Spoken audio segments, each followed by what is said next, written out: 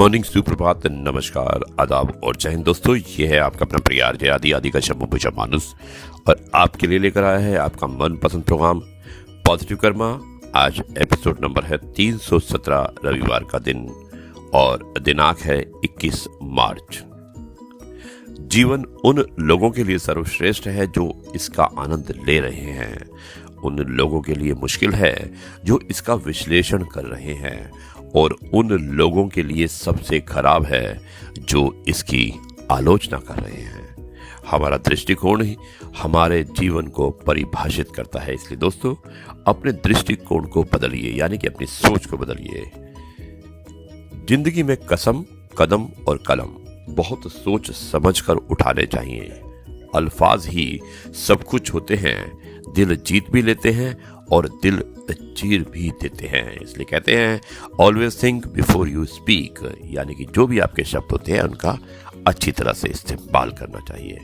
दोस्तों, दोस्ती के ऊपर मैं कहना चाहता हूं कि रहने दो मुझको यूं उलझा हुआ सा, रहने दो मुझको यूं उलझा हुआ सा, अपने सब दोस्तों में सुना है सुलझ जाने से धागे अलग अलग हो जाते हैं।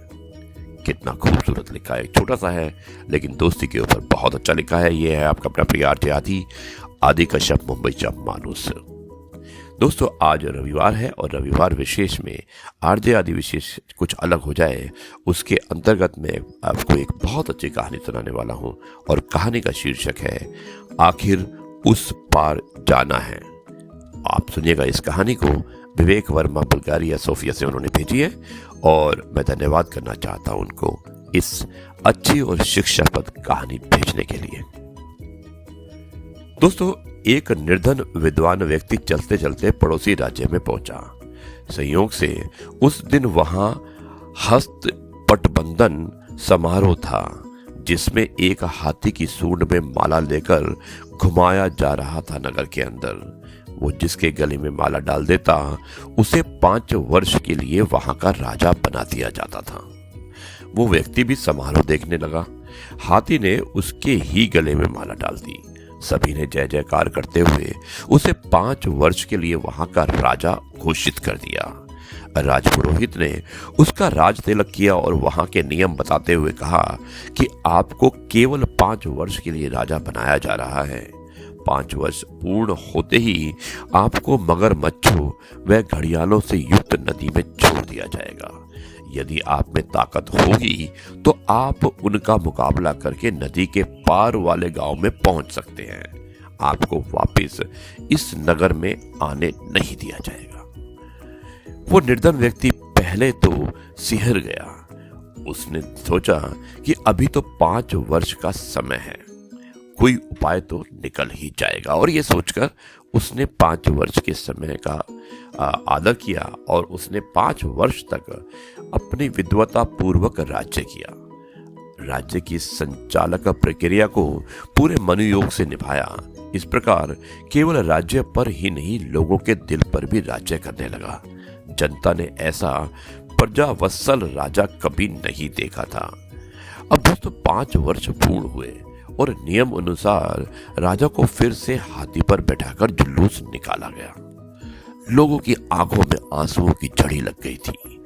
नदी के तट पर पहुंचकर राजा हाथी से उतरा। राजपुरोहित ने कहा कि अब आप नदी पार करके दूसरी ओर जा सकते हैं। आंसू से पूरी तरह से विदाई समारोह के बीच उसने कहा कि मैं इस राज्य के नियमों का सम्मान करता हूं। अब आप मुझे अगर आज्ञा दें और हो सके तो इस निर्मय और इस निर्मम नियम में बदलाव करने के बारे में सोच विचार करें। जैसे ही राजा ने नदी की ओर कदम बढ़ाए, लोगों ने अपनी सजल आंखों को ऊपर उठाया। जानते हो वहां ऐसा क्या था जिसे देखकर वो खुशी से नाचने लगे? क्यों? उस नदी पर इस पार से उस पार तक राजा ने पहले ही एक पुल बनवा दिया था, जिस पर राजा शांत भाव से चला जा रहा था, नदी के उस पार वाले सुंदर से गांव की ओर। क्या ऐसा ही कुछ हमारे साथ भी घटित नहीं हो रहा? दोस्तों, सोचने का विषय है। हमें भी कुछ समय के लिए सांसों की संपत्ति देकर इस अमूल्य जीवन की बागडोर सौंपी गई है। समय पूरा होते ही हमें यह राज्य छोड़कर भव सागर के उस पार वाले लोक में जाना है, जहां से हमें फिर से इस राज्य में आने की आज्ञा नहीं है। यदि हमने धर्म ध्यान का पुल नहीं बनाया तो हम मगरमच्छों व घड़ियालों से युक्त नरकों में डाल दिए जाएंगे और उनका ग्रास बन जाएंगे। और अगर हम शांत भाव से भव सागर के उस पार वाले लोक में जाना चाहते हैं तो अभी से ही वो पुल बनाने की शुरुआत कर देनी चाहिए, क्योंकि आयु काल पूरा होने के बाद जाना निश्चित ही है। दोस्तों, ये थी कहानी और मुझे उम्मीद है कि ये कहानी आपको पसंद आई होगी। बहुत ही शिक्षाप्रद कहानी थी और मैं चाहता हूँ कि आप अपने विचार मुझे जरूर लिखिएगा। यह है आपका अपना प्रिय आरजे आदि कश्यप मुंबई से मानुस आपके लिए लेकर आया था आपका मनपसंद प्रोग्राम पॉजिटिव कर्मा। अब मैं इस कार्यक्रम को यहीं पर समाप्त करता हूँ। कल आपसे एक बार फिर मुलाकात होगी एक नई कहानी, नई बातों और नई कविताओं के साथ। तब तक के लिए आपसे कहता हूँ नमस्कार, जय हिंद, वंदे मातरम, भारत माता की जय, जय जवान, जय किसान और जय गुरु जी।